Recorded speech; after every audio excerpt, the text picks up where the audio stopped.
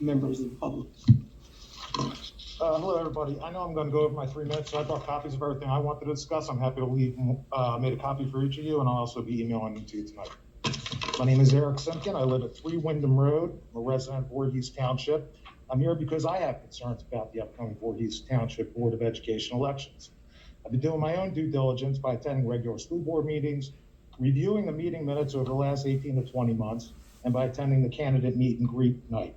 And thanks to everybody who put that together. It was awesome. I have found several key issues in my opinion, and since I won't be able to do it in 3 minutes, like I said, I'm going to be leaving you with this.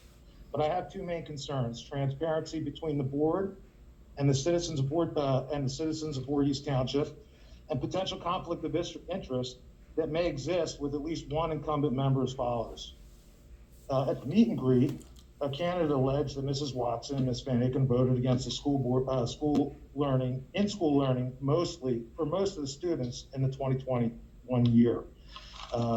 Actually, you mentioned, Mrs. Watson, that it was misinformation or disinformation that was being disseminated, but I did pull up the notes, and they're here from August 26. You brought a motion, and Mrs. Van Aken seconded the motion, and a vote on revising the reopening plan to exclude any in-person learning for most students.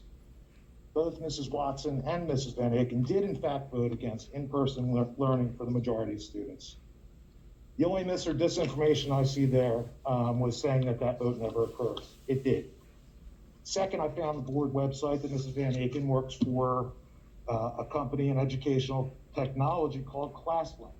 And actually, when I looked at her LinkedIn profile, it has the title of Board of Education Vice President, which does appear to violate the Voorhees Township Policy 0142, Board Member Qualifications, Prohibited Acts, and Code of Ethics, as well as some other state rules. The CEO of ClassLink, Burj Akayan, participated in an article that started by saying Burj Akayan doesn't want to hear about going back to school as normal.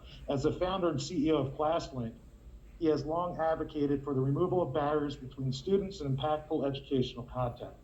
The way he sees it, the pandemic has created new opportunities to improve this dynamic even more. In this episode, he discusses how the education industry can take advantage. Then I saw on Facebook, Mrs. Van Aken saying, actually to one of the other candidates, do the taxpayer of Voorhees know about your frivolous OPA request cost the school district $10,000 in September alone? Making school business public knowledge when the information is not available for the public is also an apparent violation of the Code of Ethics, the social media policy, and the anti-bullying policy. I just don't see how Mrs. Van Aken can continue serving the board, nor able to run for re-election given potential conflict of interest in disclosing school business advertising. Okay, who can I leave these with? Perfect.